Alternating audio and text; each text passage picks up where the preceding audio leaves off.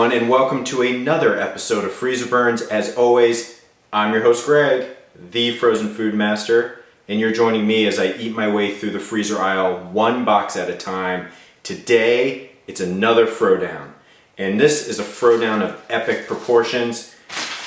I'm talking about, it's the Ghetto Burrito Throwdown. We got Tina's Beef and Bean Burrito clocking in at 60 cents. Or 5 for $3, versus the El Monterey Beef and Bean Burrito at 67 cents. Both of these frozen solid, ready to put these in the microwave, get in my belly, really put it to the test. Which ghetto burrito is tops, which one is not? Once again, this is the Ghetto Beef and Bean Burrito Throwdown. For you newbies out there, Throwdown is a frozen food throwdown. Let's start with Tina's. Tina's, literally at the bottom of the freezer aisle. You'll find these all the way at the bottom. You'll never see them eye level. They always get deals in bulk. In this case, it was 5 for $3. Tina's Beef and Bean Burrito.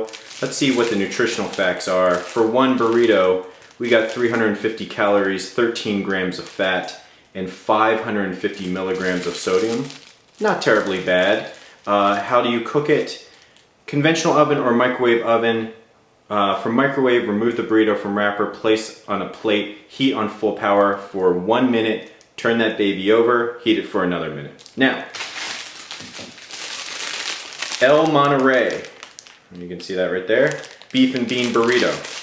Roughly the same size, same type of packaging. This one's going a little purple. This one, I'll tell you, El Monterey, they don't mess around. They actually show a full color picture of what this thing is supposed to look like. Again, Tina's was 60 cents, this one's 67 cents. What are the heating instructions? Heating instructions, remove from wrapper, wrap product in wax paper. Settings on high, thaw for 30 seconds, heat it for 1 minute and 15 seconds. There's way too much going on here. How dare they demand that I need wax paper? This is a frozen burrito. If Tina's can do it on the plate, why can't they do it on the plate? We'll see. Fortunately, I got some wax paper. We're gonna put it to the test and really see if that wax paper helps it or hurts it. Again, Tina's Beef and Bean Burrito, El Monterey Beef and Bean Burrito. This one has 380 calories, 18 grams of fat, sodium 720 milligrams. So this one definitely has more sodium than Tina's. I'm gonna put both of these in the microwave. When we come back, we're gonna get that in my belly. So I've heated both of the ghetto burritos in the microwave. I've taken them out. I wanna tell you that from smell alone, El Monterey totally trumps Tina's. It smells like a richer beef flavor than bean. Tina is just more like a dog food bean type flavor. What I wanna show you is that when I put the Tina's one in the microwave, this is what happened. Punctured right on the seam there. Now, for those of you who have had frozen burritos before, you know that time is of the essence. If I don't break into this pretty soon, it's gonna turn hard as a rock. So I'm gonna try to hurry up through this. Now, I did that. This is the El Monterey one. Again, I put it in wax paper, and although it was an extra step, it's surprisingly a lot more moist than the other one. Now, Tina's is a little thicker, this one is a little longer, so give or take, it's probably about the same amount of mass. Now, most important, how does it taste? Let's go Tina's first. Okay, again, Tina's Beef and Bean Burrito, got my trusty fork. This one, once again, was 5 for $3. That works out to 60 cents. I cooked it just as it was directed. This is pretty hard on the outside. Here's what it looks like on the inside. So yes, there's filling in there, but you can see right around the outside, it's really dry. So it's filling and then really dry on the outside. Let's see how it tastes.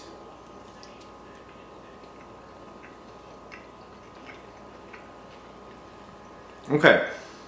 There's some whole beans in there, but for the most part it's just refried beans with beef mixed in. I would say, I mean, I'm no expert in beef to bean ratio, but I would say this is about 75% bean to beef. I can taste some beef in there, but it is really mashed up and kind of disgusting. So that's Tina's. Now, new fork. El Monterey. Again, this is the classy one in the bunch, where Tina's was 60 cents. This one's 67 cents. So let's see if this was worth the extra nickel and 2 pennies. Now, when I open this up, as you can see right away, see how moist that looks? This one looks like some better filling. Now, the smell, there's more of a distinct taco sauce smell. And when I say taco sauce, I'm talking about like old El Paso, like the really processed tacos in a box type sauce. That's what it smells like. Let's see how it tastes. That's really hot. I'm burning the top of my mouth. So don't ever put something that big in your mouth without testing it first. That was really hot. But taste, way better than Tina's. On a taste scale, way more than 7 cents. I would say this is hands down, no brainer. Tina's beef and bean burrito, 60 cents. I'd give this a 1 star. El Monterey's beef and bean burrito, way better than Tina's, but I still only give it a 2 star. Let's face it, guys, a beef and bean burrito under $1. It's great for your wallet, not so great for your palate, but if you have to choose, this is worth the extra 7 cents. As always, I'm your host Greg, the Frozen Food Master. This has been another episode of Freezerburns, another throwdown, the Ghetto Burrito Throwdown, and I'll see you next time.